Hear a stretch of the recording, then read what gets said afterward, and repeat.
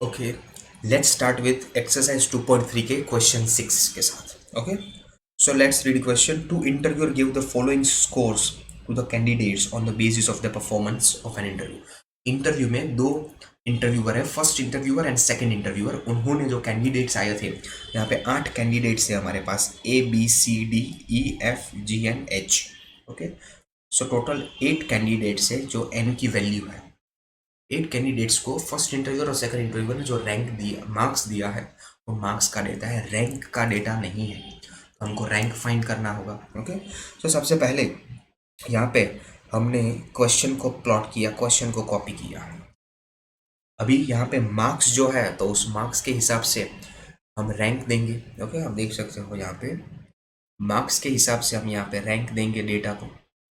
Okay, सबसे पहले जब हम एक्स वेरिएबल के बारे में बात करें, इस कॉलम के बारे में बात करें, फर्स्ट हाईएस्ट मार्क्स यहाँ पे मिला है 47, तो उसको हम फर्स्ट रैंक देंगे.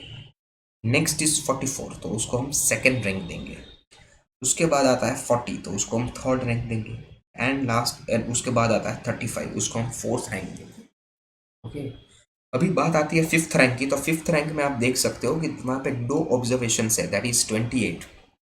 सो ये फिफ्थ रैंक के लिए 2 कैंडिडेट्स, तो हम अगर ये टाई नहीं होती तो हम फिफ्थ और सिक्स्थ रैंक देते. ओके, सो हम फिफ्थ और सिक्स्थ रैंक देते तो उसका एवरेज निकालेंगे, दैट इज 5 + 6/2. सो हमको मिलेगा 5.5.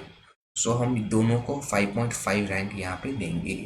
ओके, सो अभी सिक्स्थ रैंक तक हो गया. नाउ सेवेंथ रैंक देंगे, दैट इज 19 को हम सेवेंथ रैंक देंगे. And 10, next is 10, that is उसको 8th रैंक देंगे. तो यहाँ पे सारे के सारे 8 रैंक्स हमने दे दिए. सिमिलरली हम आर ऑफ वाई के बारे में बात करें, सो ये वेरिएबल की बात करें, वहाँ पे हाईएस्ट मार्क्स इज 45, उसको फर्स्ट रैंक, 41 को सेकंड रैंक, 38 को थर्ड रैंक. ओके, इस तरह से हम यहाँ पे देंगे. Are we clear?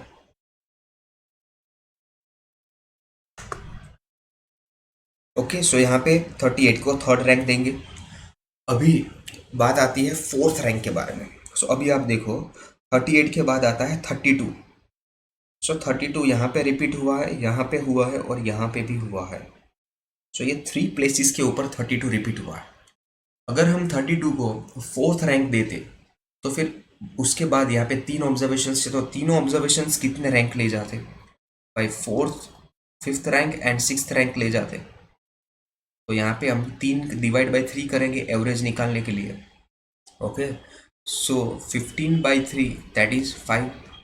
सो हम तीनों को फिफ्थ रैंक देंगे.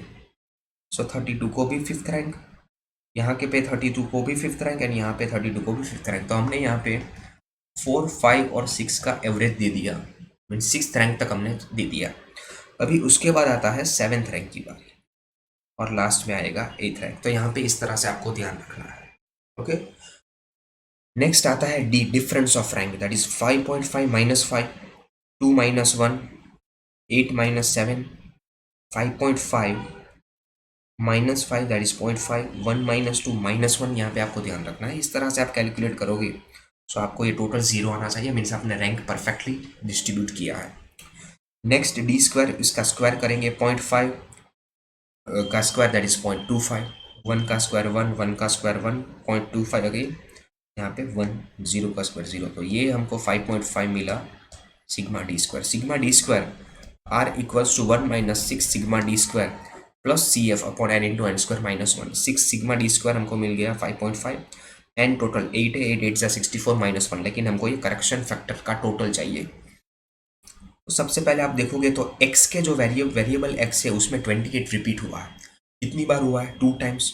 तो यहाँ पे 2³ -2/12 करेंगे तो हमको 0.5 मिलेगा. वेरिएबल y में हमने देखा यहाँ पे 32 रिपीट हुआ है. कितनी बार हुआ? 3 टाइम्स हुआ. सो 32 रिपीट हुआ 3 टाइम्स, तो m का value will be 3. So 3³ -3/12. Okay, हमको मिलेगा 2.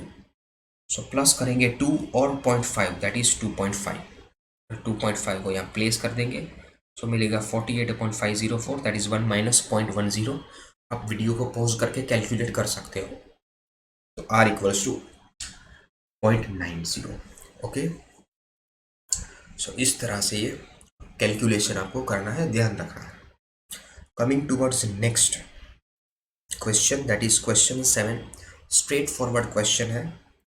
10 contestants are ranked in a beauty contest by 2 judges, and sum of squares of difference in the rank is found to be 214. Sum of square of difference means sigma d square यहाँ पे दे दिया है। Contestant 10 है means n आपको मिल गया 10। Okay, so n is 10 and sigma d square is 214। आपको सिर्फ formula में पुट अप करना है, that is 1 minus 6 sigma D square upon n into n square minus 1। 6 ऐसे का ऐसा, sigma D square is 214, n is 10, n square 100 minus 1। So 1284 upon 990 means 1 minus 1.30। So आपको negative correlation मिलेगा -0.30। Okay, yes, very simple question. Next यहाँ पे corrected data का question दिया है। जैसे आपने corrected mean, corrected standard deviation ऐसे जब 11th में देखा है, सेम तरीके से यहाँ पे करेक्टेड कोरिलेशन कोएफिशिएंट आपको फाइंड करना है। The coefficient of rank correlation of marks obtained by 10 students in 2 particular subject was found to be 0.5। Means r का वैल्यू 0.5 दिया है। ओके, देन यहाँ पे क्या पूछा है, later on it was found that one of the difference, यहाँ पे गलती है, correlation of marks obtain bye 10 students की बात की है, यहाँ पे 8 नहीं आएगा, यहाँ पे n इक्वल्स टू 10। ओके, n इक्वल्स टू 10 स्टूडेंट्स, ये 10 स्टूडेंट्स का मार्क हमको दिया है। ओके, सो अभी देखो, it was found that one of the differences of the rank of the student was 7 but it was taken as 3। Means जो difference है वो 7 था, लेकिन रॉन्गली ये 7 की बजाय डिफरेंस उन्होंने ले लिया 3। मीन्स यहाँ पे डायरेक्टली डिफरेंस दिया है, सो ट्रू डिफरेंस 7 होना चाहिए और रॉन्ग डिफरेंस 3 है। सो 3 को निकाल देंगे और 7 को ऐड कर देंगे। लेकिन इक्वेशन में हम सिग्मा डी स्क्वायर करते हैं, सो डिफरेंस का स्क्वायर निकालते हैं। ओके, सॉरी, इक्वेशन में तो हम सिर्फ इक्वेशन में हम स्क्वायर निकालते हैं, लेकिन यहाँ पे आप देखोगे तो यहाँ पे तो भाई क्या हुआ है, तो भाई ये सिर्फ हमको डी का वैल्यू दिया है, हमको तो डी स्क्वायर चाहिए, तो इसका स्क्वायर कर देंगे। 7 का स्क्वायर दैट इज 49, 3 का स्क्वायर दैट इज 9। इस 9 को निकालना है, माइनस कर देंगे, इस 49 को ऐड करना है तो प्लस कर देंगे। लेकिन उसके पहले हमको सिग्मा डी स्क्वायर चाहिए। सो यहाँ पे r equals to 1 minus 6 sigma D square upon n into n square minus 1। R का वैल्यू हमको दिया है 0.5। 6 sigma D square upon n का वैल्यू है हमारे पास दैट इज 10। ओके, 10 का square that is 100 minus 1। So यहाँ पे हम अगर कैलकुलेशन करें, सो ये इस तरह चला जाएगा, ये इस तरह आएगा। सो 1 minus 0.5 is 0.5 and 6 sigma D square upon 990 multiplication में चला जाएगा और जो 6 है वो डिवीजन में आ जाएगा। तो इस तरह कैसे आपको इक्वेशन बनेगा, that is sigma D square equals to 990 into 0.5 upon 6। So sigma D square आपको मिला 82.5, लेकिन ये गलत है। ओके, सो करेक्टेड हम किस तरह से फाइंड आउट करेंगे, corrected sigma D square equals to 82.5 में ऐड करेंगे 7 का स्क्वायर, क्योंकि डिफरेंस ये लेना है और जो गलत डिफरेंस है 3 का डिफरेंस उसको हम निकाल देना है। तो यहाँ पे तो डी स्क्वायर है, स्क्वायर गया होगा, सो 3 का स्क्वायर हम माइनस कर देंगे तो हमको मिलेगा 122.5। इस हिसाब से करेक्टेड आर फाइंड करेंगे 1 minus 6 sigma D square upon n into n square minus 1। यहाँ पे तो ऐसे का ऐसा ही रहेगा, लेकिन ये जो 82.5 है उसके बदले यहाँ पे हम correct sigma D square place करेंगे, that is 122.5। Okay, so 735 upon 990 means 0.74। 1 में से वो माइनस कर देंगे, सो करेक्टेड आर 0.26 मिलेगा, वो 0.5 गलत था।